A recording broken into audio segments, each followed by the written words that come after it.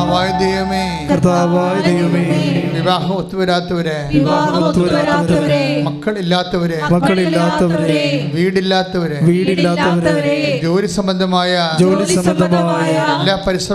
എല്ലാ പരിശ്രമങ്ങളും തകർന്നു പോകുന്നവരെ, ഒരു വരുമാനമില്ലാത്തവരെ, എന്ത് ചെയ്യണമെന്നറിയാതെ മനസ്സ് കുഴങ്ങുന്നവരെ,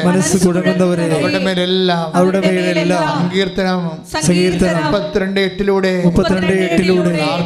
പ്രാർത്ഥിക്കുന്നു. നീ നടക്കേണ്ട വഴി നിന്റെ മുഖത്ത് നോക്കി നിന്നെ ഉപദേശിക്കുമെന്ന് കർത്താവേ, ഞാൻ ലോകത്തിന്റെ പ്രകാശമാണെന്ന് വെളിപ്പെടുത്തിയ കർത്താവേ, എല്ലാ മക്കളും ഒരുമിച്ച് മനക്കുഴക്കത്തോടെ ജീവിതം ഇരുട്ടിൽ തപ്പുന്നവരെ നിന്റെ പ്രകാശം സങ്കീർത്തനം 119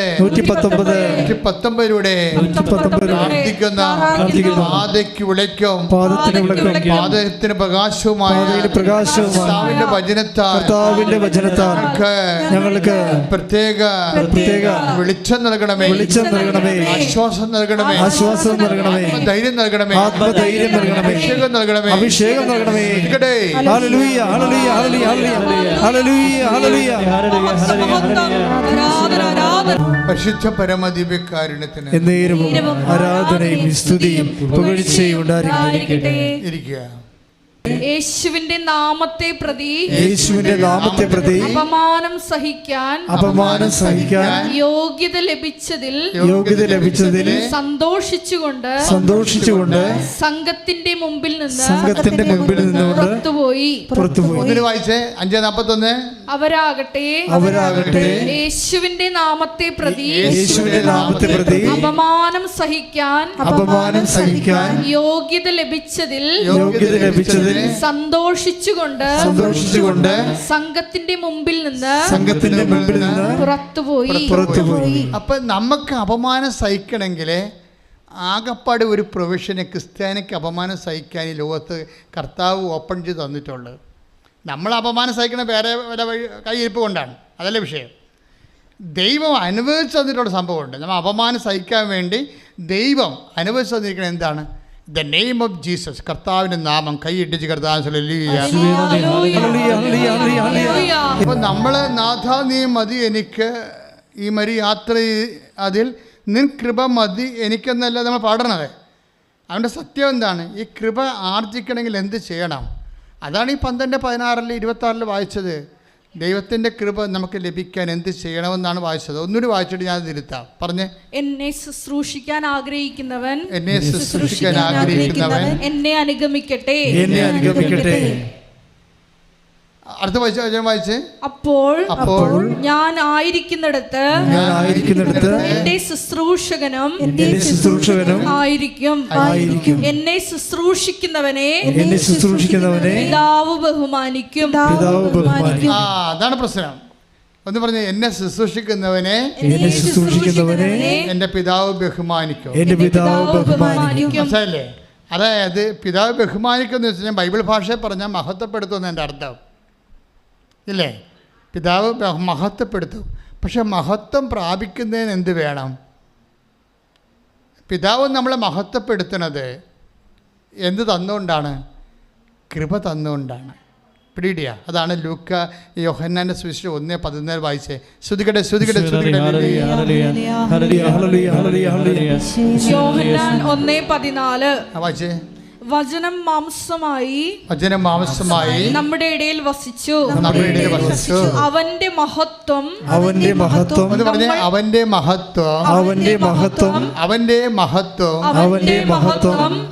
നമ്മൾ ദർശിച്ചു. കൃപയും സത്യവും നിറഞ്ഞതും പിതാവിന്റെ ഏകജാതന്റേതുമായ മഹത്വം. അപ്പൊ ഈ മഹത്വം പിതാവ് ബഹുമാനിക്കുമെന്ന് പറഞ്ഞില്ലേ? എന്നെ ശുശ്രൂഷിക്കുന്നവനെ എൻ്റെ പിതാവ് ബഹുമാനിക്കും, മഹത്വപ്പെടുത്തും. ഈ മഹത്വത്തിൻ്റെ കണ്ടന്റ് എന്താണ്? 2 കാര്യം. വെറുതെ മഹത്വം ഉണ്ടാകത്തില്ല, 2 കണ്ടന്റ് ഉണ്ട് അതിന്. എന്താണ്? കൃപയും സത്യവും. മനസ്സിലായേ? കൃപ എല്ലാ മതങ്ങളിലും കൃപയെക്കുറിച്ചുള്ള പ്രസാദം അങ്ങനെ പല ഒത്തിരി വാക്കുകളുണ്ട്. പക്ഷേ ബൈബിൾ പറയുമ്പോൾ കൃപയെ ചേർത്ത് പറയണത് സത്യം കൂടി ചേർത്ത് പറയും. അതാണ് വ്യത്യാസം. ബൈബിൾ അതിൻ്റെ കൂടെ സത്യം കൂടി ചേർത്ത് പറയും. കാര്യം നമുക്ക് ലഭിക്കുന്ന കൃപ അത് സത്യത്തിൽ അടിസ്ഥാനമായിരിക്കണം. കർത്താവിൻ്റെ സത്യമായ വചനം ദൈവത്തോടുള്ള സ്നേഹത്തെ പ്രതി നമ്മൾ നിറവേറ്റി കഴിയുമ്പോൾ നമുക്ക് ലഭിക്കുന്ന ശക്തിയാണ് ദൈവത്തിൻ്റെ കൃപ. കൈയടിച്ച് കർത്താവ് പരിശുദ്ധ പരമ ദിവ്യകാരുണ്യത്തിന് കൃപാറുടെ സാക്ഷ്യം ആരംഭിക്കുന്നത് എനിക്ക് ഇംഗ്ലീഷ് ലാംഗ്വേജ് അറിയത്തില്ല, ഗ്രാമർ അറിയത്തില്ലെന്ന് പറഞ്ഞാണ്. ഉടമ്പടി ഭാഷയെ പറഞ്ഞാൽ എനിക്ക് മെറിറ്റില്ലെന്നാണ് പറഞ്ഞത് അല്ലേ. എനിക്ക് മെറിറ്റില്ല, എൻ്റെ ബേസിക് ഇല്ല, ഇംഗ്ലീഷിൻ്റെ ബേസിക് ഇല്ലെന്നാണ്. ഇത് അവസാനിക്കുക എങ്ങനെയാണെന്ന് അറിയാമോ? അതൊക്കെ മുമ്പ് ഈ പത്രം കൊണ്ടുപോകുമ്പോൾ ഈ ആൾക്കാരെ കളിയാക്കുമല്ലോ. അപ്പം അവരൊക്കെ കളിയാക്കുന്നെങ്കിലും ഇവിടെ കൊടുക്കും അത്. പക്ഷെ കൊടുക്കുന്ന സ്ഥലത്തൊക്കെ ഇവിടെ ഇപ്പോൾ സ്വന്തമായിട്ട് പറയുന്ന സംഭവമുണ്ട്. അതായത് ഞാൻ ആ സാക്ഷ്യം വരുമ്പോൾ എനിക്ക് നിങ്ങൾ കേൾക്കണം കേട്ടോ. എന്തുകൊണ്ടാണ് ഇത്ര ടിക്കറ്റ് ഒരു 24 hours അല്ലെങ്കിൽ 48 മണിക്കൂറിനുള്ളിൽ 88 പേരിലേക്ക് സാക്ഷ്യം ഇങ്ങനെ പറന്നു പോയതിൻ്റെ കാര്യം എന്താ? അതാണ് ഞാൻ അന്വേഷിച്ചത്. അപ്പം അതിൻ്റെ വിഷയം വെച്ചാൽ ഒരു കാര്യം വെച്ച് കഴിഞ്ഞാൽ, ഒന്ന് ഇവളുടെ ഒരു പേഴ്സണൽ കോൺട്രിബ്യൂഷനുണ്ട്. ഉടമ്പടി എപ്പോഴും വർക്ക് ചെയ്യണത് പേഴ്സണൽ കോൺട്രിബ്യൂഷനിലാണ്. നമ്മളെന്ത് ചെയ്യണത്? ഞങ്ങൾ ഇവിടുന്ന് പറയണത് എങ്ങനെ കുറച്ച് ചെയ്യാവുന്നതാണ് നിങ്ങൾ ചിന്തിക്കണത്. മനസ്സിലായില്ലേ? പക്ഷേ ബൈബിളിൻ്റെ ഫോർമാറ്റ് അങ്ങനെ അല്ല. ഞങ്ങളിവിടുന്ന് പറയുന്നു. അപ്പം ഞങ്ങളിവിടുന്ന് പറയുന്നത് രോഗികളെ പോയി കാണണം. കാര്യം കർത്താവ് പറഞ്ഞതാണ്, ഞാൻ രോഗിയായിരുന്നു, നിങ്ങളെന്നെ സന്ദർശിച്ചു. അപ്പോൾ ഇവൾ സർക്കാർ ആശുപത്രിയിൽ പോയി കണ്ടു, അതിൻ്റെ സാക്ഷിയൊക്കെ ഉണ്ട്. അത് എന്നെ സംഭവിച്ചാൽ നമ്മൾ രോഗികളെ പോയി കാണണമെന്നല്ലേ അച്ഛൻ പറഞ്ഞിട്ടുള്ളൂ. എന്നാൽ പിന്നെ ഇളയമ്മ ആശുപത്രിയിൽ നിന്ന് വന്നിട്ടുണ്ടല്ലോ, ഇളയമ്മയെ പോയി കണ്ടേക്കാമെന്ന് വിചാരിച്ചു കഴിഞ്ഞാൽ ബൈബിൾ അംഗീകരിക്കത്തില്ല. ഇളയമ്മയാണെന്നൊക്കെ അംഗീകരിക്കും, പക്ഷേ നീ കാണിച്ചതിൻ്റെ അകത്ത് കൃപ, ഇൻകമില്ല, വരുമാനമില്ല. അതെന്താ കാര്യം വെച്ച് കഴിഞ്ഞാൽ, നിങ്ങൾക്ക് പ്രതിഫലം ആരെങ്കിലും തന്നാൽ ആ പ്രതിഫലം കിട്ടാൻ സാധ്യതയുള്ള ആൾക്കാർക്ക് കൊടുത്താൽ അവിടുന്ന് വരുമാനം ഇല്ലെന്ന് കർത്താവ് പറഞ്ഞിട്ടുണ്ട്. 5:46 മത്തായിയുടെ സുവിശേഷം വായിച്ചേ. ശ്രുതികട ഹല്ലേലൂയ. 5:46 നിങ്ങളെ സ്നേഹിക്കുന്നവരെ നിങ്ങൾ സ്നേഹിച്ചാൽ, നിങ്ങളെ സ്നേഹിക്കുന്നവരെ നിങ്ങൾ സ്നേഹിച്ചാൽ നിങ്ങൾക്ക് എന്ത് പ്രതിഫലമാണ് ലഭിക്കുക? വട്ടപൂജ്യം. മനസ്സിലായില്ലേ? അതാണ് പ്രശ്നം. അതായത് ഇപ്പം നമ്മളൊരാളിന് ഒരു 100 രൂപ കൊടുക്കണം, നാട്ടിലല്ലേ, എന്നിട്ട് നമ്മൾ ഒരു ഡയലോഗ് ഫിറ്റ് ചെയ്യും. ദൈവവചനം പറയത്തില്ല, നമ്മൾ മാനുഷിക വചനം പറയും. അത് അകലത്തെ ബന്ധുവിനേക്കാൾ അടുത്ത കിടക്കുന്ന ശത്രുവാണ് നല്ലത് അല്ലേ എന്നാണ് പറയണത്. അയൽവാസിക്ക് എന്തെങ്കിലും കൊടുത്തിട്ട് കാശന ഡയലോഗാണ്. എന്താണ്? അകലെ കിടക്കണ കാനഡയിലും അമേരിക്കയിലും കിടക്കണ ബന്ധുവിനേക്കാളും അടുത്ത് കിടക്കുന്ന ശത്രുവാണ് നല്ലത്. ഇത് ദൈവവചനം വല്ലതുമാണോ? നമ്മുടെ കാര്യം കാണാൻ വേണ്ടി നമ്മൾ ഉണ്ടാക്കിയെടുത്തിട്ടുള്ള ചില ഉടായ്പ പരിപാടികളാണത്. ഇതൊന്നും, അതായത് ക്രിസ്ത്യാനി ഇതൊന്നും പറയാൻ ബാധ്യസ്ഥരല്ല. നിങ്ങൾ പരസ്പരം കാണുമ്പോഴേ കർത്താവിൻ്റെ വചനം പറഞ്ഞ് പരസ്പരം അഭിവാദനം ചെയ്യാൻ. Take the word of God. ശ്രുതികട ഹല്ലേലൂയ.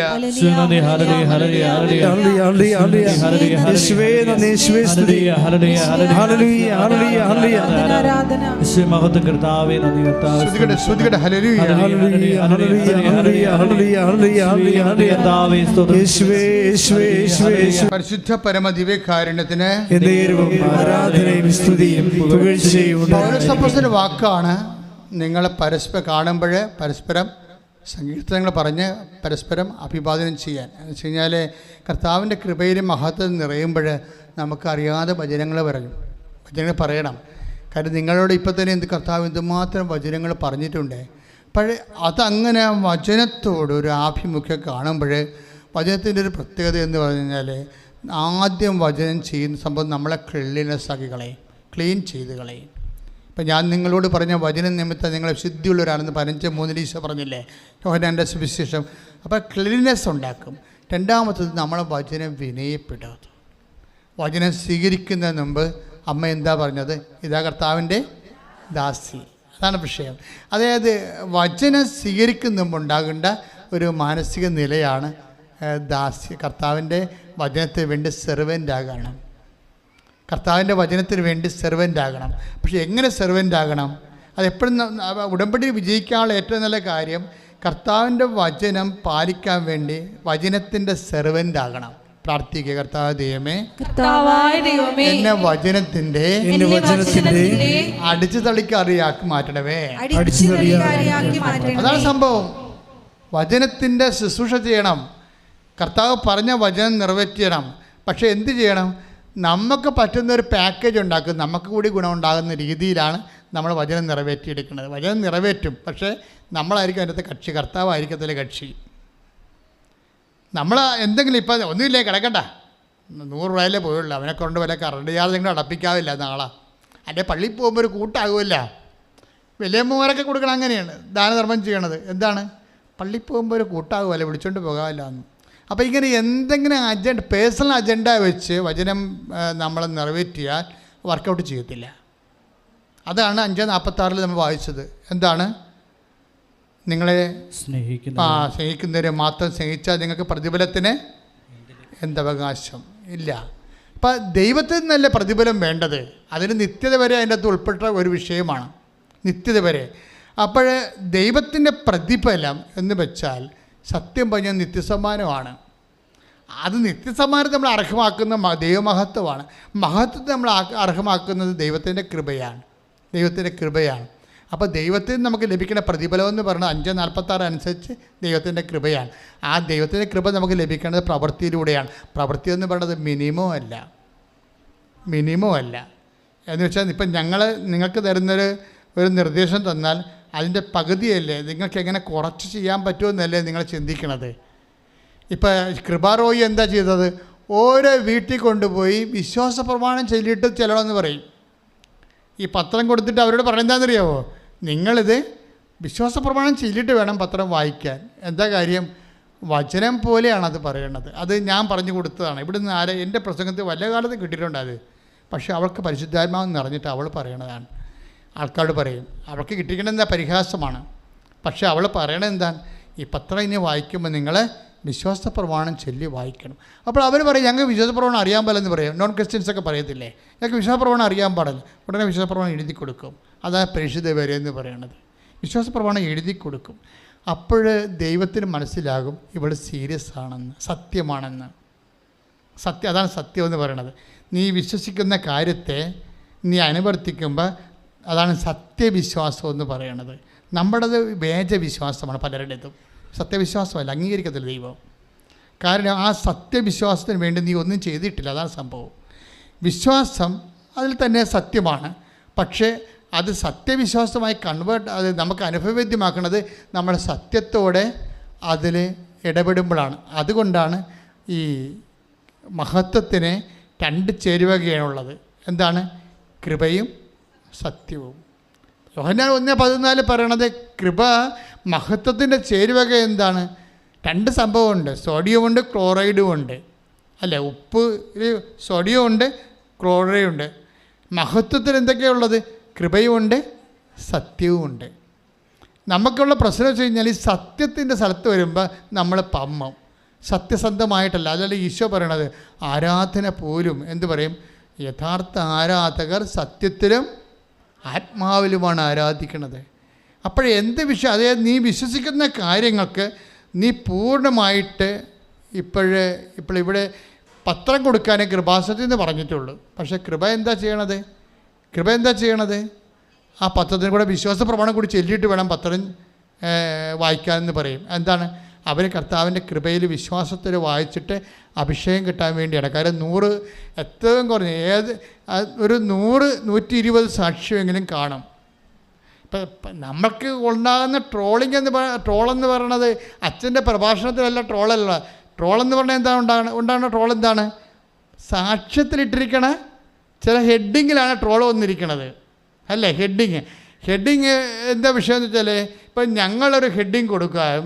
നമ്മളിവിടെ തന്നെ കൃപാസനത്തിൻ്റെ കുറേ കൃപാസനത്തിനല്ലാത്ത അൺഒഫീഷ്യലായിട്ട് നാട്ടുകാരൻ നടത്തണ കുറേ ചാനലുണ്ട്. സ്വന്തമായിട്ട് ചാനൽ നടത്തുമല്ലോ ആൾക്കാർ. അവരെന്നാ ചെയ്യുന്നത് വെച്ചാൽ അവർ ഈ സാക്ഷ്യം എടുത്തിട്ട് അവരുടെ ഹെഡിങ് കൊടുക്കും. അപ്പോൾ ആ ഹെഡിങ് പലപ്പോഴും സബ്സ്റ്റാൻഡേർഡായി പോകും. നമ്മൾക്ക് നേരെ വിമർശനങ്ങൾ ഉണ്ടാക്കുന്ന ഹെഡിങ്ങാണ് വരണത്. അത് നിങ്ങൾ ശ്രദ്ധിക്കണം, അങ്ങനെ ചെയ്യരുത്. അഥവാ ആരെങ്കിലും സ്വന്തം ചാനൽ ഉണ്ടാക്കിയിട്ടുണ്ടെങ്കിൽ, കൃപാസനത്തിൻ്റെ ഒരു സ്റ്റഫ് എടുക്കുന്നുണ്ടെങ്കിൽ, എൻ്റെ മക്കൾ ചെയ്യേണ്ടത് ആ ഹെഡിങ് തന്നെ കൊടുക്കാവൂ. ഞങ്ങൾ കൊടുക്കണം. അല്ല നിങ്ങൾ മുസ്ലിം മാനസാന്തരപ്പെട്ട് ഹിന്ദു മാനസാന്തരപ്പെട്ടൊക്കെ പറഞ്ഞു കഴിഞ്ഞാൽ അതൊക്കെ ചവർ സാധനങ്ങളാണ്. അതൊന്നും ആ കൃപാസനം അക്സെപ്റ്റ് ചെയ്യത്തില്ല. ഇപ്പോൾ തേനിൻ്റെ കേസ് വന്നപ്പോൾ തന്നെ ഞാൻ താഴെ കമൻറ്റ് ചെയ്ത് നോട്ട് പ്രൊസീഡ് എന്ന് പറഞ്ഞ്, ഇങ്ങനെയുള്ള കാര്യങ്ങൾ കൃപാസന ആധ്യാത്മികയുടെ ഭാഗമല്ലെന്ന്. ആ തേനിൻ്റെ ഒരു വിഷയം സോഷ്യൽ മീഡിയ പ്രചരിപ്പിച്ചതിനുമേ അത് ഏത് ചാനലിൽ നിന്നാണ് വന്നെന്ന് നോക്കിയിട്ട് ഞാൻ താഴെ ഉടനെ കമൻറ്റ് ചെയ്തു, this is not the spirituality of Kripasanam. കൃപാസനത്തിൻ്റെ ആധ്യാത്മികത അല്ല ഇത്. ഇങ്ങനെയുള്ള തേനൊഴുകി പാലൊഴുകി അങ്ങനെയൊക്കെ പറയുന്ന ഒരു ആധ്യാത്മികതയല്ല. നമുക്ക് ഹെബ്രായർ 6:1 ആധ്യാത്മികത. അതായത് വിശ്വാസത്തിൻ്റെ ബാല്യപാഠങ്ങൾ പിന്നിട്ട് നമുക്ക് പക്വതയിലേക്ക് വളരാം. നമ്മുടെ ലക്ഷ്യം അനുഗ്രഹമല്ല, കൃപയാണ്. കൃപയെ ആർജിക്കാൻ പറ്റിയ മാർഗങ്ങളാണ് ഉടമ്പടി നമുക്ക് നടപ്പിൽ വരുത്തുന്നത്. പക്ഷേ ഞാനിട്ട കമൻറ്റ് അവരെ ഡിലീറ്റ് ചെയ്ത് കളഞ്ഞു. അവരത് തന്നെ പിന്നെ പ്രചരിപ്പിച്ചുകൊണ്ടിരുന്നത്. ഇപ്പോൾ എന്നാ പറ്റി? അത് വെച്ചാണ് മറ്റുള്ള ആൾക്കാർ കൃപാസനത്തിനെ ആക്രമിക്കുന്നത്. കണ്ടില്ലേ? പിശാച് പ്രവർത്തിക്കുന്ന രീതി കണ്ടില്ലേ? അപ്പോൾ സാത്താന് അവസരം കൊടുക്കരുത്. അത് കർത്താവ് പറഞ്ഞ് ശരിയാണ്. നിങ്ങളായിട്ട് അവസരം കൊടുക്കരുത്. 4:27 വായിച്ചേ, ഹെബ്രായ ലേഖനം അല്ല എഫെസ്യൻസ്. ശ്രുതികട്ടെ ശ്രുതികട്ടെ.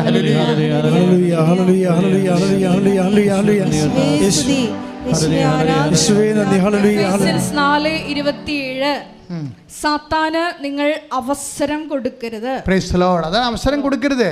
അപ്പം അത് സത്യസന്ധമായ സംഭവം തരുമ്പോൾ നിങ്ങളതിനെ ടെസ്റ്റ് ചെയ്ത് നിങ്ങളുടെ രീതിയിലാക്കി കഴിയുമ്പോൾ സാത്താൻ അതിന് അവസരമായിട്ട് മാറും.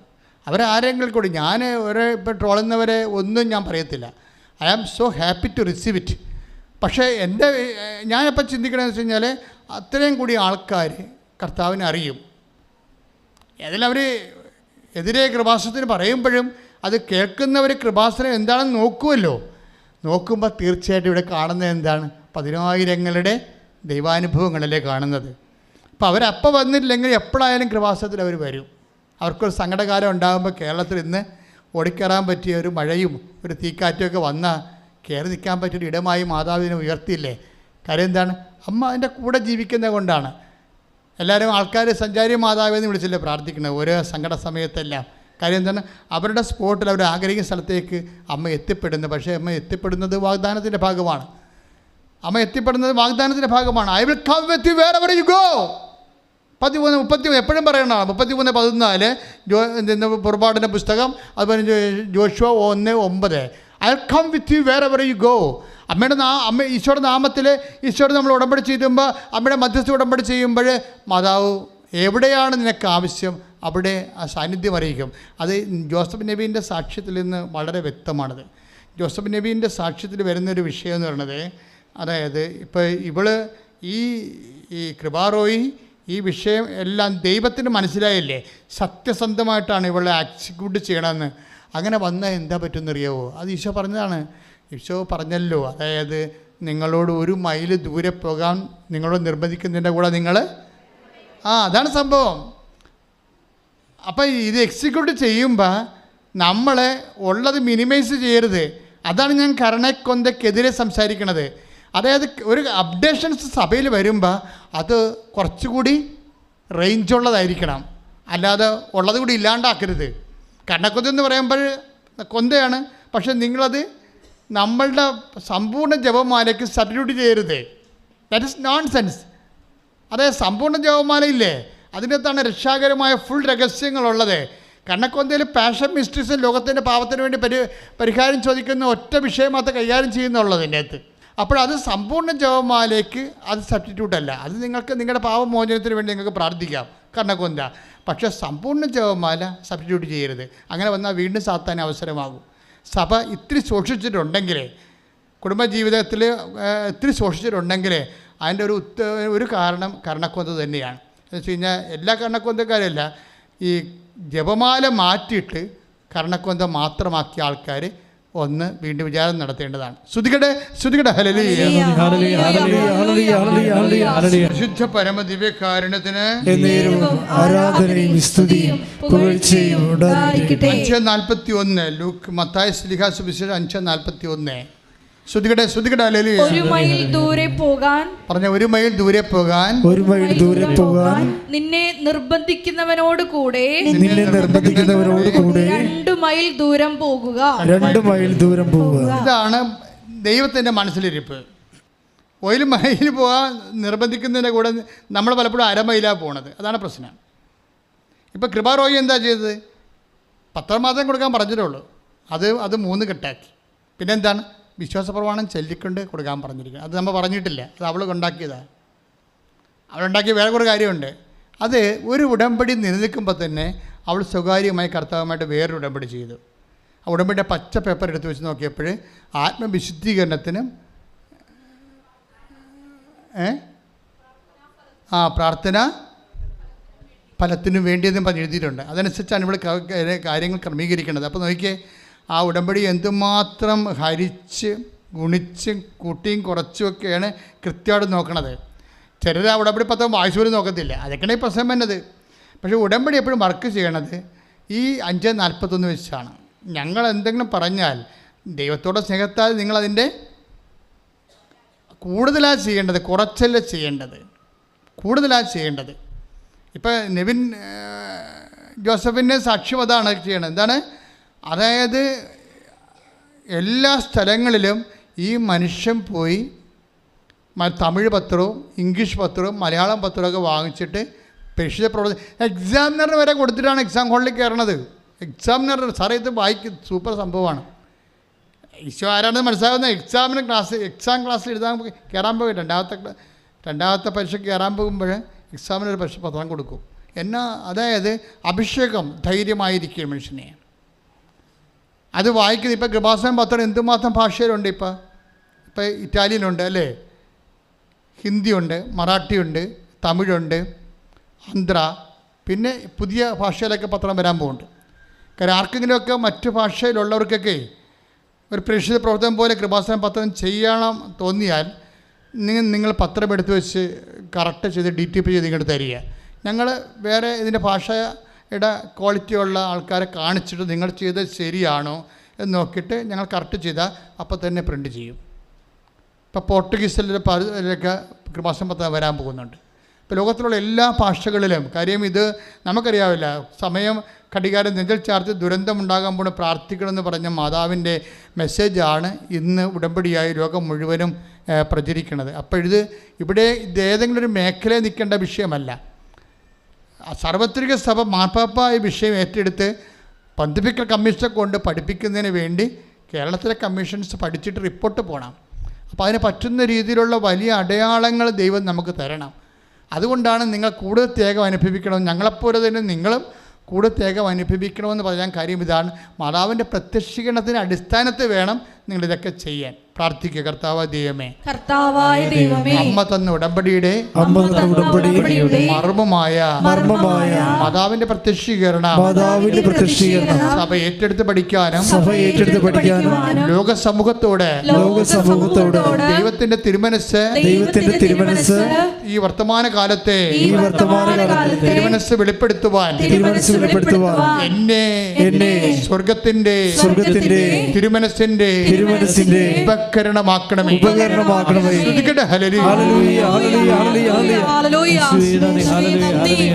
എടുത്തു പോയിട്ടുള്ള എല്ലാ സഹോദരങ്ങളെയും ദിവ്യകാരുണ്യ സന്നിധിയിൽ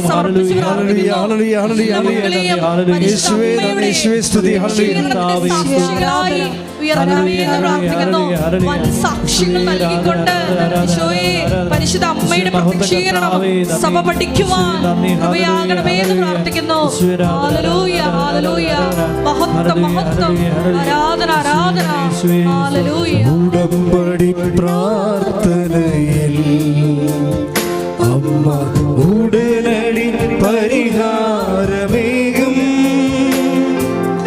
ഉടമ്പടി പ്രാർത്ഥനയിൽ അമ്മ ഉടനടി പരിഹാരമേകും. അവൻ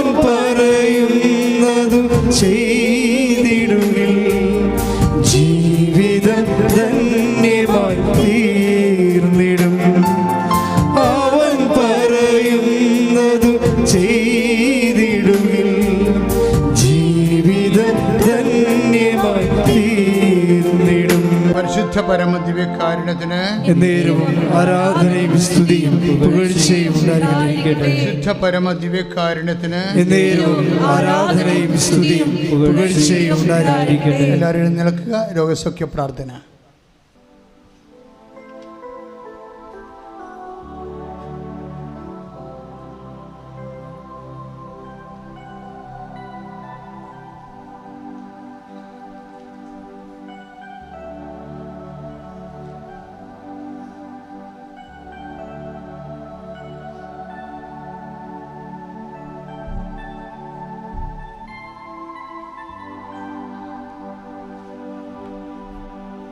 ഈശോയെ വിശ്വാസത്തോടെ നോക്കി ഒരു നിമിഷം നമ്മൾ ഉടമ്പടി ചെയ്തിട്ടുള്ള വിഷയങ്ങളെ ഇപ്പോൾ അനുസ്മരിക്കേണ്ടതാണ്.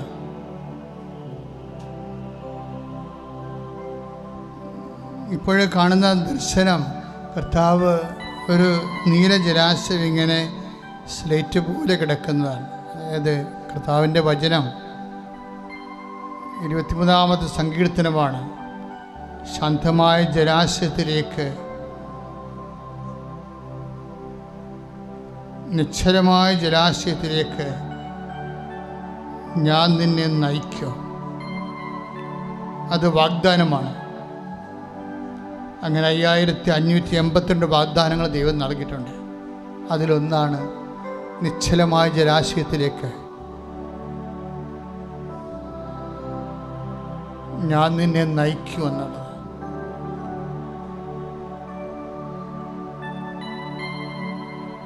കർത്താവ് നമ്മളെ പ്രശാന്തതയിലേക്ക് നയിക്കും. നിന്റെ ഹൃദയത്തെ സമാധാനപ്പെടുത്തും. അലകടൽ പോലെ വ്യത്യസ്തമായ കാരണങ്ങൾക്ക് വേണ്ടി അലതെല്ലുന്ന അവസ്ഥയിൽ നിന്ന് കർത്താവ് നിന്നെ ആശ്വസിപ്പിക്കുമെന്നാണ് ഈ സന്ദേശത്തിൻ്റെ ദൈവിക മനസ്സ്.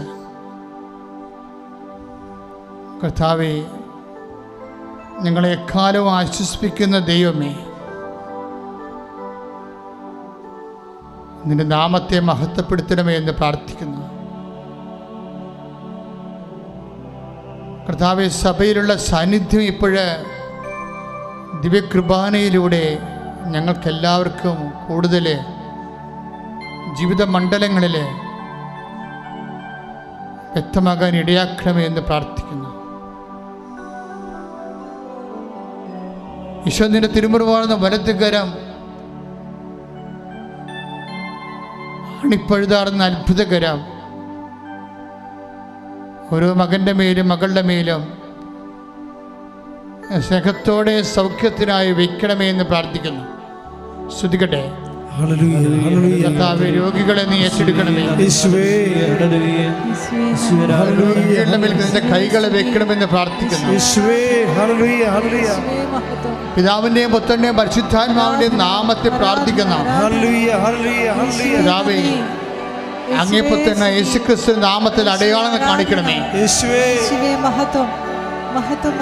തൊണ്ടയിൽ മുഴയുള്ളവരെ സംബന്ധിച്ച് പ്രാർത്ഥിക്കുന്ന, ശിരസ്സിന് രക്തഓട്ടമില്ലാത്തവരെ സമർപ്പിച്ച് പ്രാർത്ഥിക്കുന്ന, ശ്വാസകോശ രോഗികളെ സമർപ്പിച്ച് പ്രാർത്ഥിക്കുന്ന,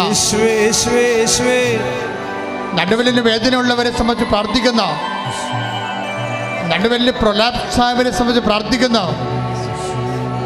പിതാവിന്റെയും പുത്രന്റെയും പരിശുദ്ധാത്മാവിന്റെ നാമത്തിൽ പ്രാർത്ഥിക്കുന്ന, പിതാവായ ദൈവമേ, അങ്ങേ പുത്രനായ യേശുക്രിസ്തുവിന്റെ നാമത്തിലെ അവിടുത്തെ കരങ്ങൾ നീട്ടണമെന്ന് പ്രാർത്ഥിക്കുന്ന, യേശുവിന്റെ നാമത്തിൽ അടയാളങ്ങൾ സംഭവിക്കട്ടെ. യേശുവിന്റെ നാമത്തിൽ അടയാളങ്ങൾ സംഭവിക്കട്ടെ. യേശുവിന്റെ നാമത്തിൽ അടയാളങ്ങൾ സംഭവിക്കട്ടെ.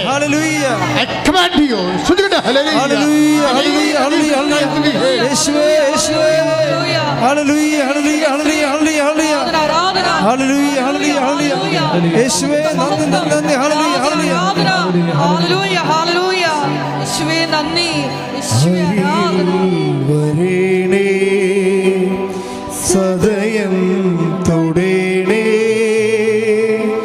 സുഖമായിടും എൻ്റെ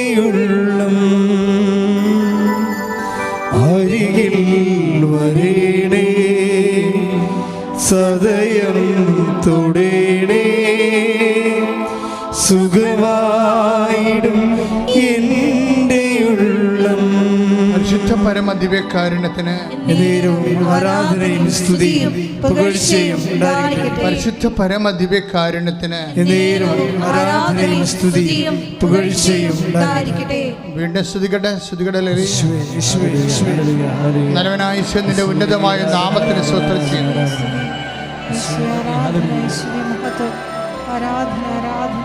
കർത്താവേ, നിന്റെ വിശുദ്ധ പൗരോഹിത്യത്തെ മഹത്വപ്പെടുത്തണമേ. കർത്താവെ, സഭയിലുള്ള സാന്നിധ്യം പ്രകടമാക്കണമേ. കർത്താവിന്റെ ഉന്നതമായ നാമത്തിന് സ്തോത്രം ചെയ്യുന്ന ശ്വാസകോശ രോഗികളെ അങ്ങ് സ്പർശിക്കണമേ കർത്താവെ. കരൾ രോഗികളെ അങ്ങ് സ്പർശിക്കണമേ കർത്താവെ. ഹൃദയ രോഗികളെ അങ്ങ് സ്പർശിക്കണമേ കർത്താവെ. കർത്താവ്, ഉദര രോഗികളെ അങ്ങ് സ്പർശിക്കണമേ കർത്താവെ. എല്ലാ യൂട്രസിലും കർത്താവെ, യൂട്രസ് സിസ്റ്റുള്ളവരെ യേശുനാമത്തിൽ സൗഖ്യം പ്രാപിക്കട്ടെ.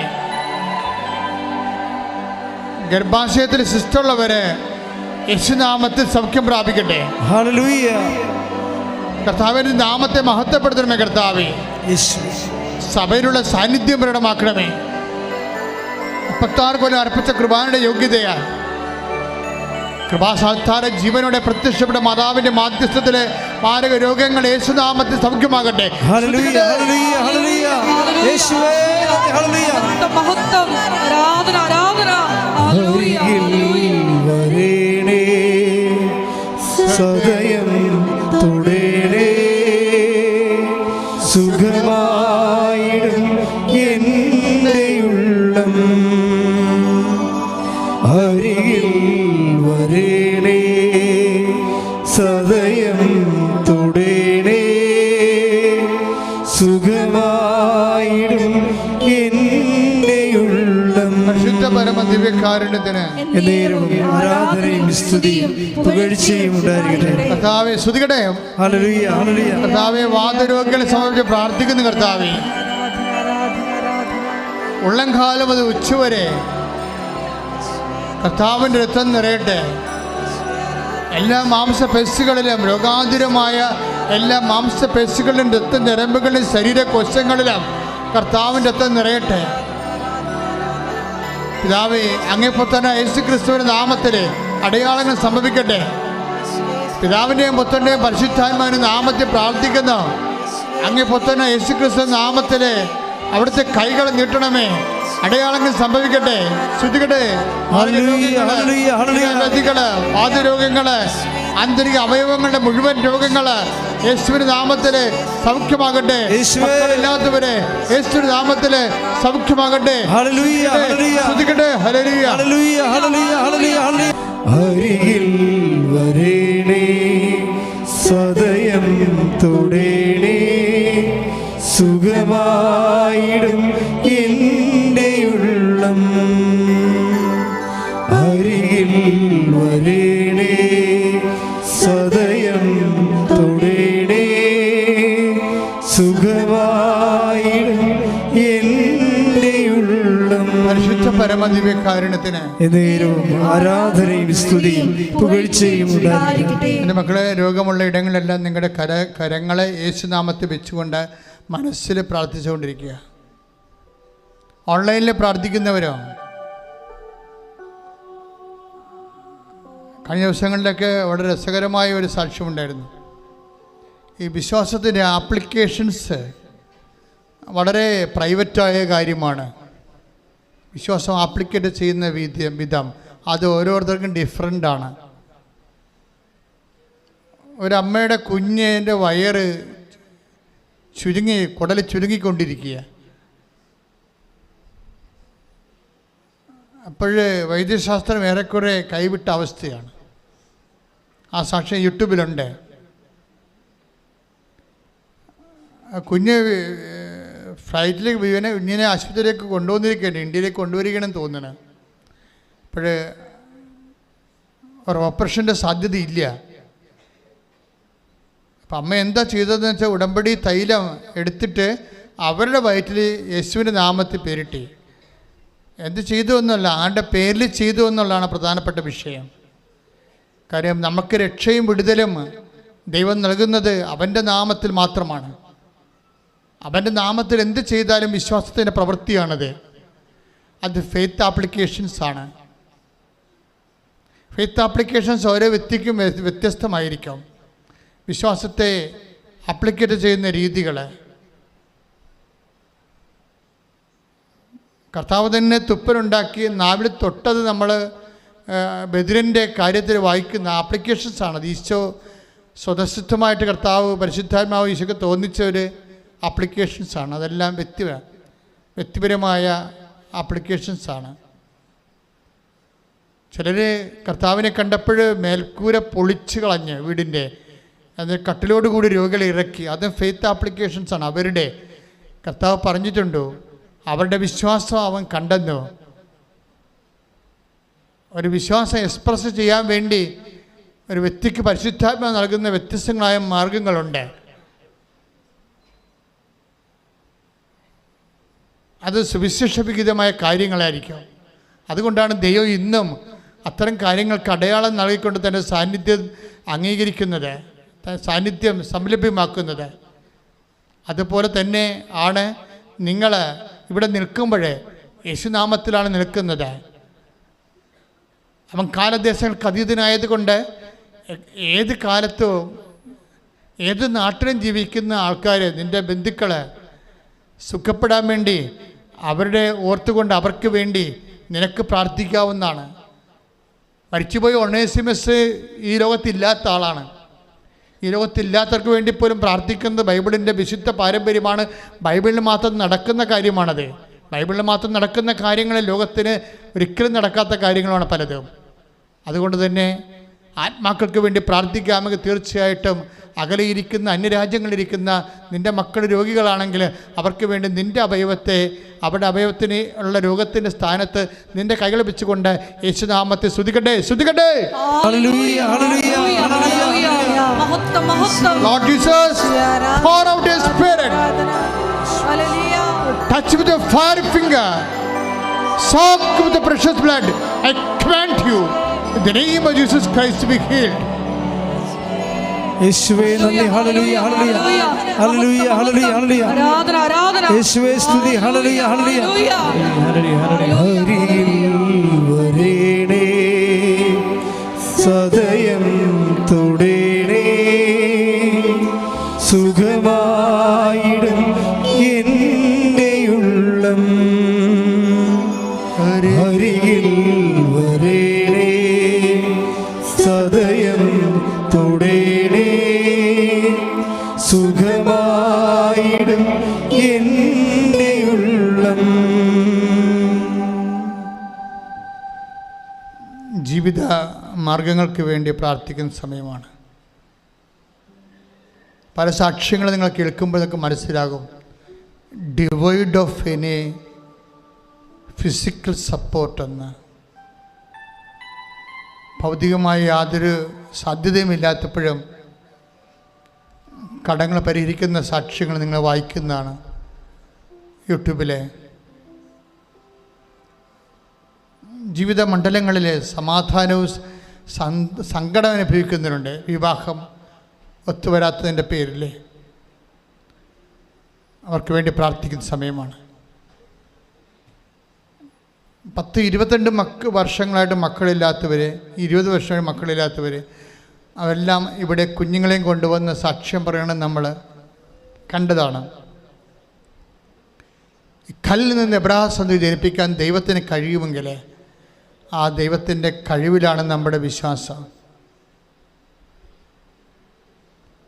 മക്കളില്ലാത്തൊരു തങ്ങളുടെ അടിവയറ്റിൽ കൈവച്ച് പ്രാർത്ഥിക്കേണ്ടതാണ്. അത് നിങ്ങളുടെ മക്കൾക്കാണ് മക്കളില്ലെങ്കിലും നിങ്ങൾക്ക് അവർക്ക് വേണ്ടി ഈ സമയത്ത് സ്വന്തം വയറ്റിൽ കൈവച്ചുകൊണ്ട് യേശുനാമത്തിൽ പ്രാർത്ഥിക്കാവുന്നതാണ്. അവരുടെ ഗർഭപാത്രത്തെ ഈശോയ്ക്ക് സമർപ്പിച്ചുകൊണ്ട്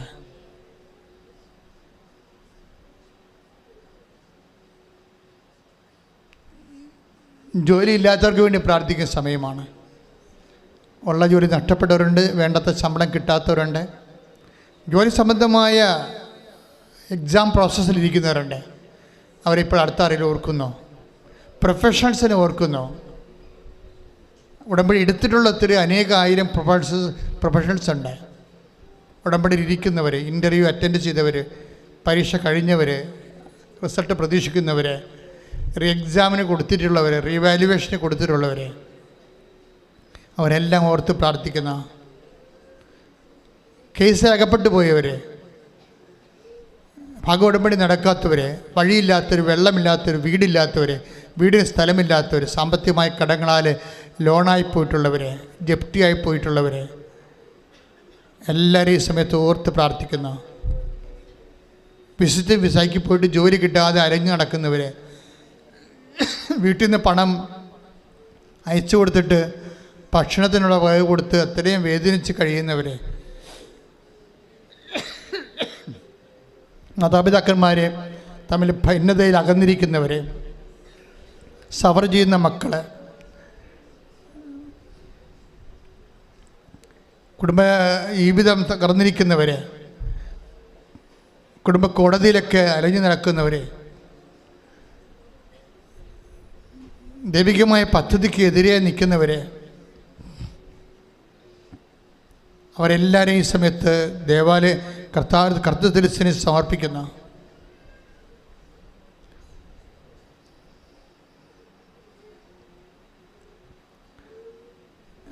ജീവിത മാർഗങ്ങൾ മുട്ടിപ്പോയവരെ, കുഞ്ഞുങ്ങളെ പഠിപ്പിക്കാനും കുഞ്ഞുങ്ങളെ ജീവിത മണ്ഡലങ്ങളിലേക്കും ജീവിത വിളികളിലേക്ക് പറഞ്ഞയക്കാൻ മാർഗമില്ലാതെ വിഷമിക്കുന്നവരെ, ഒരു ബന്ധുവിനെ പോലും സ്വന്തം വീട്ടിൽ വിളിക്കാൻ പറ്റാതെ അത്രയ്ക്ക് അരാജകത്വത്തിൽ വിഷമിക്കുന്നവരെ,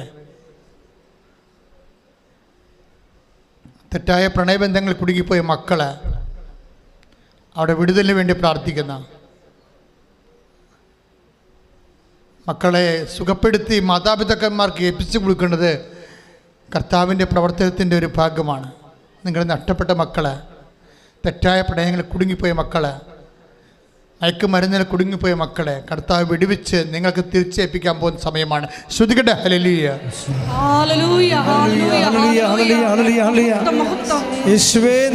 Lord Jesus Christ, pour out His Spirit, touch with the fire finger, soak with the precious blood. Lord, infuse His Spirit, and with the authority of the Catholic Church, with the power of Jesus Christ, with the merit of the Holy Spirit, I bind and bound all the sickness in the name of Jesus Christ of the Lord, who is coming to judge both the living and the dead by fire. Amen. മൗനമായി പ്രാർത്ഥിക്കട്ടെ. സമാപന ആശീർവാദത്തിന് സമയമാണ്. മൗനമായി പ്രാർത്ഥിക്കട്ടെ.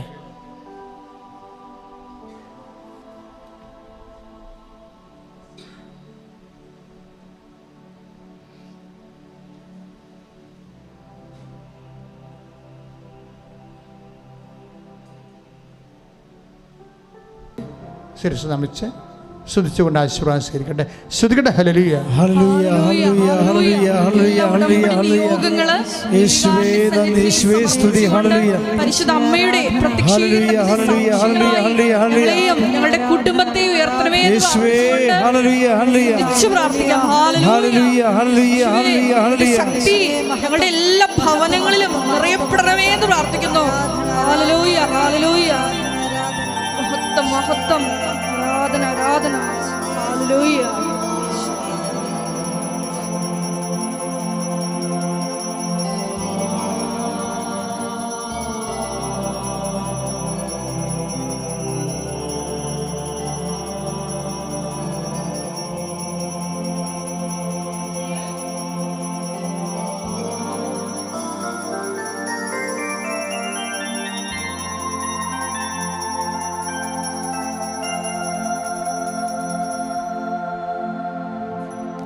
പരിശുദ്ധ പരമമാ ദിവ്യകാരുണ്യമേ,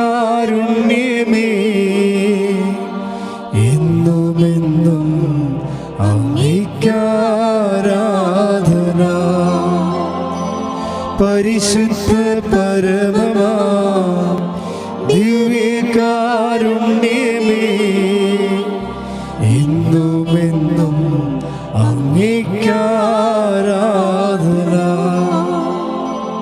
പരിശുദ്ധ പരമമാ ദിവ്യകാരുണ്യമേ എന്നുമെന്നും അങ്ങേക്കാരാധന.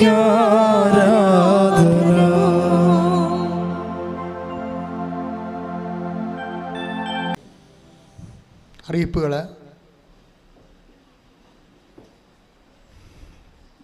ശ്രദ്ധിക്കുക. എല്ലാ ദിവസവും കൃപാസനത്തിൽ ഉടമ്പടി എടുക്കുവാനും പുതുക്കുവാനും സാക്ഷ്യം പറയുവാനുമുള്ള അവസരം ഉണ്ടായിരിക്കുന്നതാണ്. ഒരച്ഛനെ ഒരു ബ്രദറിനെയാണ് സാക്ഷ്യം പറയാൻ വേണ്ടി നമ്മൾ വെക്കുന്നത്. രാവിലെ തന്നെ 8:30 തന്നെ സാക്ഷ്യം പറയാനുള്ള കൗണ്ടറിലേക്ക് നിങ്ങൾ കുർബാന 7 മണിക്കാണ്. എല്ലാ ദിവസവും കുർബാന ഉണ്ടാവും. 7 മണിക്കും 9 മണിക്കും. 7 മണിക്കുള്ള കുർബാന കഴിയുമ്പോൾ 15 മിനിറ്റ് ബ്രേക്ക്ഫാസ്റ്റിൻ്റെ ഇൻ്റർവെല്ലാണ്. നിങ്ങൾ പുറത്ത് പോയി ബ്രേക്ക്ഫാസ്റ്റ് കഴിച്ചു വന്നതിന് ശേഷം ഉടമ്പടി പുതുതായിട്ട് എടുക്കാനുള്ളവർ 2ാം നിരയിലേക്കും ഉടമ്പടി പുതുക്കാനുള്ളവർ 1ാം നിരയിലേക്കും പോകും. സാക്ഷ്യം പറയാനുള്ളവർ സാക്ഷ്യ കൗണ്ടറിലേക്ക് വരും. അതാണ് എൻ്റെ രീതി. 2ാമത്തെ കുർബാന 9 മണിക്കാണ്. എല്ലാ ദിവസവും 2ാമത്തെ കുർബാന ഉണ്ടാകും. അത് 9 മണിക്കാണ്.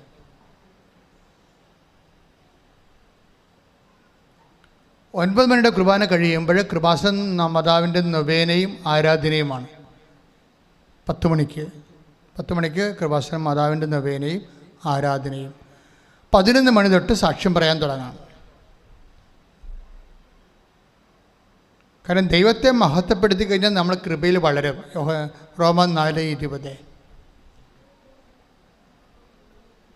സാക്ഷ്യം ആരും മറച്ചു വെക്കരുത്.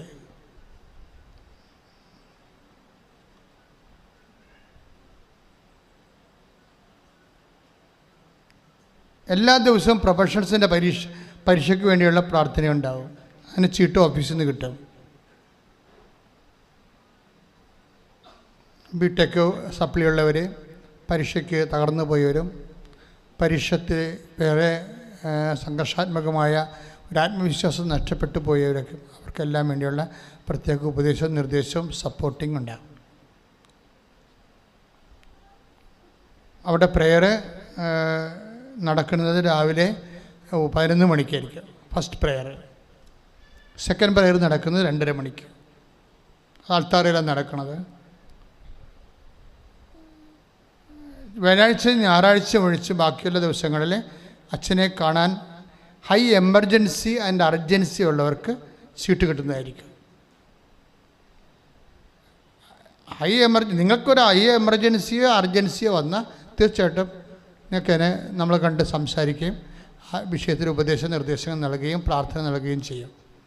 പക്ഷേ നിങ്ങളുടെ അർജൻസി അല്ലെങ്കിൽ എമർജൻസി അതിന് രേഖ വേണം. ആ രേഖ ഓഫീസിൽ കാണിക്കണം. ഇപ്പോൾ ജപ്തി നടപടിയാണ്. ഇപ്പോൾ പേപ്പർ കിട്ടുമല്ലോ, അതിന് പേപ്പർ കിട്ടത്തില്ലേ? നിങ്ങൾക്ക് മക്കളില്ല, രാജ്യം വിട്ടു പോവുകയാണ്. ഇനി 10 കൊല്ലം 5 കൊല്ലം കഴിഞ്ഞ് വരത്തുള്ളൂ. അപ്പോൾ വിമാന ടിക്കറ്റ് കാണിക്കണം. എല്ലാത്തിൻ്റെയും അടിയന്തരമായ വിഷയമാണ് കൈകാര്യം ചെയ്യണത് അൾത്താറയിൽ.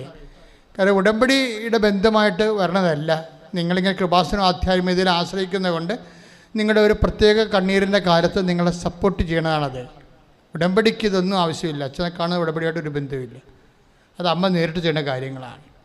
പക്ഷേ ഇവിടെ വരുമ്പോൾ ഇത് ഉടമ്പടി ധ്യാനകേന്ദ്രമായത് കാരണം ഞങ്ങൾ ഉടമ്പടി എടുത്തവരെ മാത്രമേ പ്രൊമോട്ട് ചെയ്യത്തുള്ളൂ.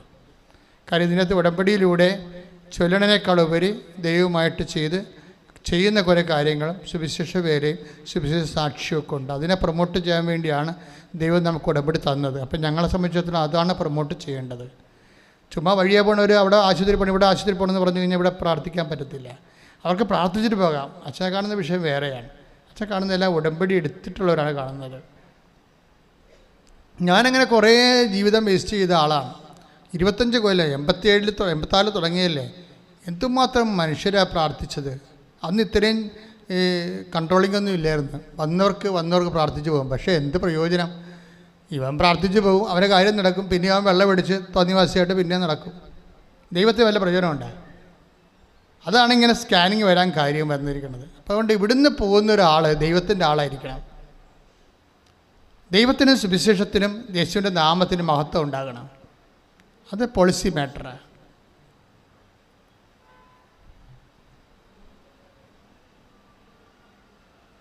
പിന്നെ നിങ്ങൾ വരുന്ന ദിവസം അച്ഛനുണ്ടോ എന്ന് വിളിച്ച് ചോദിക്കണം. ആ ദിവസം ചോദിക്കരുത്, തലേ ദിവസം ചോദിക്കണം. അച്ഛനുണ്ടോ എന്ന് ചോദിക്കുമ്പോൾ അവർ ഉണ്ടെന്ന് പറയും. പിന്നെ ഇവിടെ വന്നിട്ട് നിങ്ങൾ അച്ഛൻ പറഞ്ഞിട്ടുണ്ട് വരാമെന്നും പറഞ്ഞുകൊണ്ട് അവിടെ ബഹളം ഉണ്ടാക്കരുത്.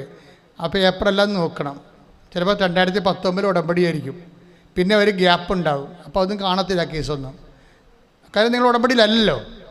അപ്പോൾ ഓഫീസിൽ നിന്ന് പറയും നിങ്ങൾ ഉടമ്പടി എടുത്ത് ഉടമ്പടിയിലാകാൻ പറയും. എന്നിട്ട് ദൈവത്തിന് മഹത്വപ്പെടുത്തി ജീവിക്കാൻ പറയും.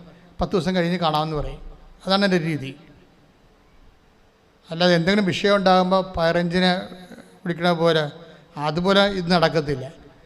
എല്ലാവരും സഹായിക്കും, പക്ഷേ നിങ്ങൾ ദൈവത്തിൻ്റെ സുവിശേഷത്തിന് മഹത്വം ഉണ്ടാകുന്ന ആൾക്കാരായിട്ട് കൺവേർട്ട് ചെയ്യണം.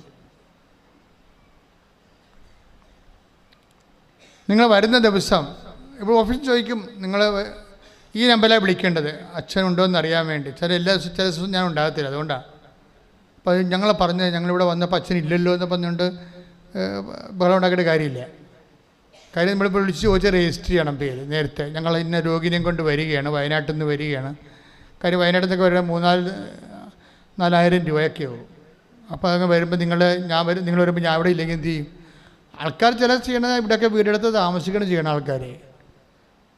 അപ്പോൾ അതുകൊണ്ടാണ് നമ്മളിപ്പോൾ ഇപ്പോൾ തന്നെ അമേരിക്കയിൽ നിന്നൊരു കുടുംബം വന്നിട്ട് ഇവിടെ 9 ദിവസം താമസിക്കുന്നുണ്ട്. 9 ദിവസം അവർ ഒരു പ്രത്യേക എമർജൻസിയിൽ വന്നതാണ് ഉടമ്പടി എടുക്കാൻ വേണ്ടി.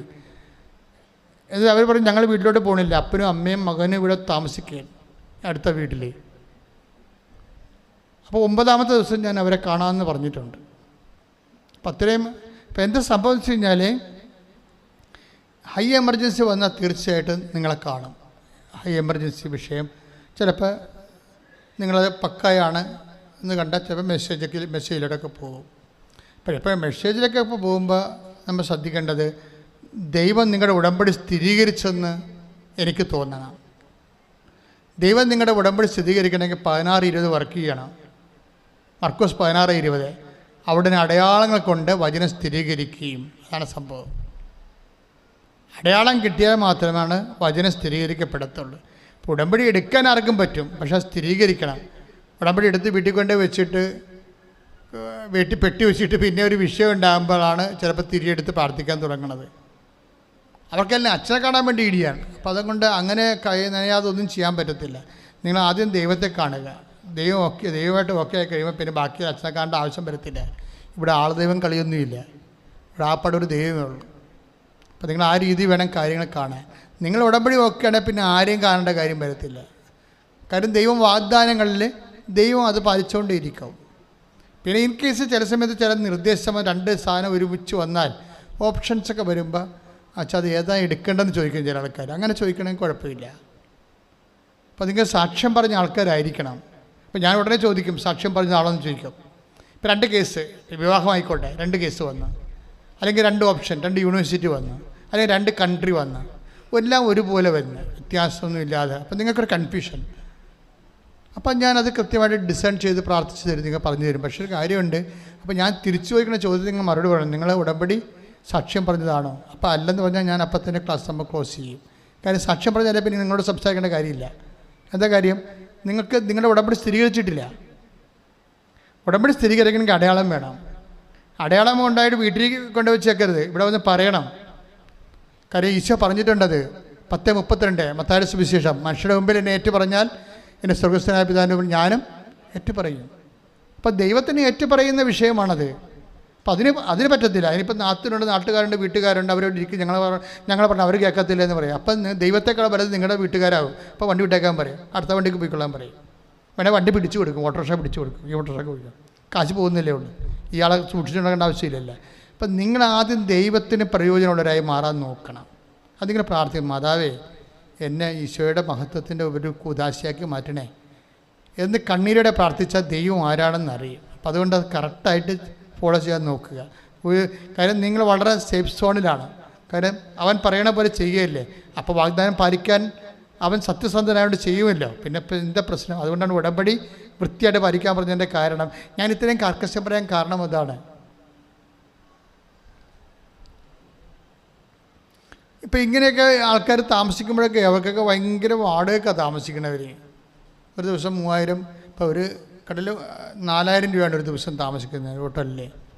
അപ്പം അതുകൊണ്ടാണ് നമ്മൾ ഇത് ഇവർക്ക് ഒരു 250 രൂപക്ക് താമസിക്കാൻ പറ്റുന്ന ഇടം നമ്മൾ അന്വേഷിക്കുകയാണ് ഇപ്പോൾ. അല്ലെങ്കിൽ ഫ്രീ ആയിട്ട് താമസിക്കാൻ പറ്റിയൊരു പാക്കേജിനെ കുറിച്ച് അന്വേഷിക്കുന്നുണ്ട്. അങ്ങനെ കൃപാസന ഒരു സ്ഥലം എടുത്തിട്ടുണ്ട് ഇവിടെ അടുത്ത്. അവിടെ കെട്ടിടം പണിയാൻ പോകുന്നുണ്ട്. അതാണ് അമ്മയ്ക്കൊരു പ്രാർത്ഥനാ മുറി, എൻ്റെ സ്വന്തം മുറി. അപ്പോൾ നിങ്ങൾക്ക് അവിടെ വരുമ്പോൾ ഇത്രയും പ്രശ്നങ്ങളൊന്നുമില്ല. നേരത്തെ വിളിച്ച് പറഞ്ഞാൽ നിങ്ങളുടെ മുറി നിങ്ങൾക്ക് സേഫായിട്ട് അവിടെ താമസിക്കാം. ഇപ്പോൾ ഇവരൊക്കെ ചെയ്യണ പോലെ 2-3 ദിവസം ഇവിടെ താമസിച്ച് പ്രാർത്ഥനയ്ക്ക് പങ്കെടുക്കാം. ഇവിടെയാണെങ്കിൽ എപ്പോഴും ഇങ്ങനെ രാവിലെ 7 മണി തൊട്ട് വൈകുന്നേരം 5 മണി വരെ ശുശ്രൂഷകളല്ലേ. ആ ശുശ്രൂഷകളിൽ പങ്കെടുത്ത് വചനം കേട്ട് അതുപോലെ തന്നെ പ്രാർത്ഥനയിൽ കൂടി, നൊവേനയിൽ കൂടി, കുർബാനയിൽ കൂടി, ആരാധനയിൽ കൂടി, എല്ലാ ദിവസവും ആരാധന ഉണ്ടല്ലോ. പഴയൊരു കൃപാസനമല്ല. നമ്മുടെ ഉടമ്പടി നമ്മുടെ 1 ലക്ഷം പേരുടെ റാലി കഴിഞ്ഞപ്പോൾ മാതാവ് കുറേ ബ്ലെസ്സിങ്സ് എക്സ്ട്രാ തന്നിട്ടുണ്ട്. ഇപ്പോൾ അത്രയും വലിയ റാലിയല്ലേ പ്രാർത്ഥനയിൽ. അപ്പോൾ എന്തുമാത്രം അരുവി നമുക്ക് അനുഗ്രഹം നമുക്ക് കിട്ടിയിട്ടുണ്ട്. അപ്പോൾ എത്രയോ ലക്ഷക്കണക്കിന് മനുഷ്യരല്ലേ. രാവിലെ 5 തുടങ്ങിയ റാലി വൈകുന്നേരം 5 മണിയായപ്പോഴല്ലേ തീർന്നത്. അപ്പം അത്രയും ആൾക്കാർ ജപമാല ചൊല്ലിയ മഹത്വം സ്വാഭാവികമായിട്ട് ഞാനപ്പോഴെല്ലാം പ്രാർത്ഥിച്ചത്, മാതാവേ ഇതൊന്നിനും വേണ്ടിയല്ലേ ഈ ലക്ഷക്കണക്കിന് ജപമാല ചൊല്ലണത്. ഈ മണ്ണി കണ്ണീരോടെ ഒരു മനുഷ്യൻ ചവിട്ടിയാൽ ആ സെക്കൻഡ് നിൻ്റെ കൈ, സാന്ത്വനത്തിൻ്റെ കൈ, അവരാരായാലും അവരെന്ത് പാപികളായാലും എന്ത് കേസിൽപ്പെട്ടാലും അവരുടെ മേലുണ്ടാകണം. ഈ ഒന്ന് ചവിട്ടിയാൽ മതി. അതിനുവേണ്ടിയാണ് ജപമാല റാലി നടത്തിയിരിക്കുന്നത്. ഞാനതാ പറഞ്ഞിരിക്കുന്നത്. പിന്നെ ഒരു കാര്യം കൂടി ഞാൻ പറഞ്ഞിട്ടുണ്ട്. മരിച്ചു കഴിഞ്ഞാൽ മാതാവിൻ്റെ അടുത്തിരുന്ന് ജപമാല ലോകത്തിന് വേണ്ടി ചെല്ല്, ലോക നന്മയ്ക്ക് വേണ്ടി ചെല്ലുക. ഇത്തരം 2 കാര്യം ഞാൻ ആവശ്യപ്പെട്ടു. ഒന്ന്, ഈശോൻ്റെ അടുത്ത് പോയാൽ മാതാവിൻ്റെ അടുത്ത് ഇരിക്കണം. അമ്മ ലോകത്തിന് വേണ്ടി പ്രാർത്ഥിക്കുമ്പോൾ കൂടെ എന്ന് പരിശുദ്ധ മറിയം ചെല്ലണം. അതാണ് പ്രാർത്ഥിച്ചിരിക്കുന്നത്. പിന്നെ ഒന്ന്, ഈ മണ്ണി ചവിട്ടണം. കൃപാസനം ലൈറ്റേക്കാൻ്റെ പേര് റിക്വസ്റ്റ് ഉണ്ട്, ഓൺലൈൻ ഉടമ്പടിയുണ്ട്. അവിടെ ഏത് അണ്ടാർട്ടിക്കയിലിരുന്ന് അത് നടത്തിയാലും അമ്മേ ഈ റാലിയുടെ അതിൻ്റെ ഈടുവെപ്പിൽ അവരുടെ എല്ലാം കാര്യങ്ങൾ അവരെ കൃപാസനം കാണുന്നില്ല, ഇണ്ട് കണ്ടില്ലെങ്കിൽ പോലും അവരമ്മ അനുഗ്രഹിക്കാൻ വേണ്ടിയാണ് നമ്മൾ റാലി നടത്തിയിരിക്കുന്നത്. അപ്പം നിങ്ങളും എവിടെയെങ്കിലും പോകുമ്പോൾ ആ ലൈറ്റേക്കാൻ്റെ പേർ റിക്വസ്റ്റ് ഒന്ന് ഇട്ടേക്കണം. അറിയാമല്ലോ ഇടാൻ അല്ലേ? അല്ലെങ്കിൽ ഓൺലൈൻ ഉടമ്പടി ചെയ്തേക്കണം. ഉടമ്പടിയിലാണെങ്കിൽ പോലും ഒരു പ്രത്യേക സ്പ്രെയർ കിട്ടാൻ വേണ്ടി അങ്ങനെ ചെയ്യണത്. നമുക്കിപ്പോഴും 4000 ഒക്കെയാണ് ആൾക്കാർ ഒരു ദിവസം ലൈറ്റേക്കാൻ്റെ പേർ റിക്വസ്റ്റ് ഇടുന്നത്. അപ്പോൾ എന്ത് റഷാണെന്ന് നോക്കിയാൽ ആ വെബ്സൈറ്റ്. അപ്പോൾ ജനം അത്രയും ആശ്രയിച്ചിട്ട് അവർ ഇവിടെ വന്നൊരു സാക്ഷ്യം പറയുന്നുണ്ട്. അവർ ഈ രാജ്യത്ത് വരുമ്പോൾ ഇവിടെ വന്ന് സാക്ഷ്യം പറയും. അമ്മ തന്നിട്ടുള്ള അനുഗ്രഹത്തിൻ്റെ ആശ്വാസത്തിൻ്റെ ഓരോ തണലാണതൊക്കെ. അതൊക്കെ നിങ്ങളെ പ്രാർത്ഥനാപൂർവ്വം ഉപയോഗിക്കുമ്പോൾ വിശുദ്ധിയോടെ ജീവിക്കാൻ കൂടി നോക്കണം. അപ്പോൾ അല്ലെങ്കിൽ ദൈവത്തിന് അറിയാം ഇത് വയറ്റിപ്പഴപ്പ് പരിപാടിയാണെന്ന് വിചാരിക്കും. പിന്നെ ഒരിക്കൽ പറഞ്ഞ് നമുക്ക് ചെയ്യാൻ പറ്റത്തുള്ളൂ, പിന്നെ ചെയ്യാൻ പറ്റത്തില്ല. ദൈവം നിങ്ങളെ ബ്രാൻഡ് ചെയ്യാതിരിക്കാൻ നോക്കണം കേട്ടോ. ചുമ്മാ വയറ്റിപ്പഴപ്പ് കാര്യം കാണാൻ വേണ്ടി ദൈവത്തിൻ്റെ വചനം കേൾക്കത്തില്ല, തോന്നിവാസമായിട്ട് ജീവിക്കുകയും ചെയ്യും. എങ്ങനെ എളുപ്പ വഴിയിൽ സൂത്രപ്പണിയിൽ എന്തെങ്കിലും ഒപ്പിക്കാമെന്നൊക്കെ പറഞ്ഞാൽ ഒരു പ്രാവശ്യം ഒപ്പിക്കാൻ പറ്റും, പിന്നെ ഒപ്പിക്കാൻ പറ്റത്തില്ല. അപ്പോൾ ദൈവത്തിനെ പരീക്ഷിക്കാൻ വേണ്ടി നിൻ്റെ ദൈവമായ കർത്താവിനെ പരീക്ഷിക്കണമെന്ന് ഈശോ പറഞ്ഞിട്ടുണ്ട്. ശ്രദ്ധിക്കുക. മിഷണറീസ് ഓഫ് മരീന പാരിഷൻ കൃപാസനത്തിൽ ശുശ്രൂഷ ശുശ്രൂഷ ചെയ്യാൻ വേണ്ടി ബഹുമാനോടെ സിസ്റ്റേഴ്സ് വരുന്നുണ്ട്. ഒരു കൊല്ലം 3 മാസം 6 മാസമൊക്കെ നിന്ന് ഇവിടെ ശുശ്രൂഷ ചെയ്യാൻ. അതുപോലെ തന്നെ മറ്റ് അവൈദികരായിട്ടുള്ളവരും അൽമേരും ശുശ്രൂഷകരും ഞങ്ങൾ ക്ഷണിക്കുന്നുണ്ട്. നിങ്ങൾക്ക് അങ്ങനെ തോന്നുന്നുണ്ടെങ്കിൽ മാതാവ് നിങ്ങളെ തോന്നിക്കണം. എല്ലാം പണിയെല്ലാം വീട്ടിൽ നിൽക്കല്ലേ, എന്നപ്പോൾ വാട്സപ്പിൽ കുത്തിയിരുന്നേക്കാൻ പറഞ്ഞു കഴിഞ്ഞാൽ ഇവിടെ കുറേ സ്കാനിങ്ങും പ്രാർത്ഥനയൊക്കെ ഉണ്ട്. ആദ്യം തന്നെ ഞങ്ങൾ അഖണ്ഡ ജപമാല 3 മാസം ചെല്ലിക്കും, എന്നാലേ ഇങ്ങോട്ട് പിടിക്കത്തുള്ളൂ.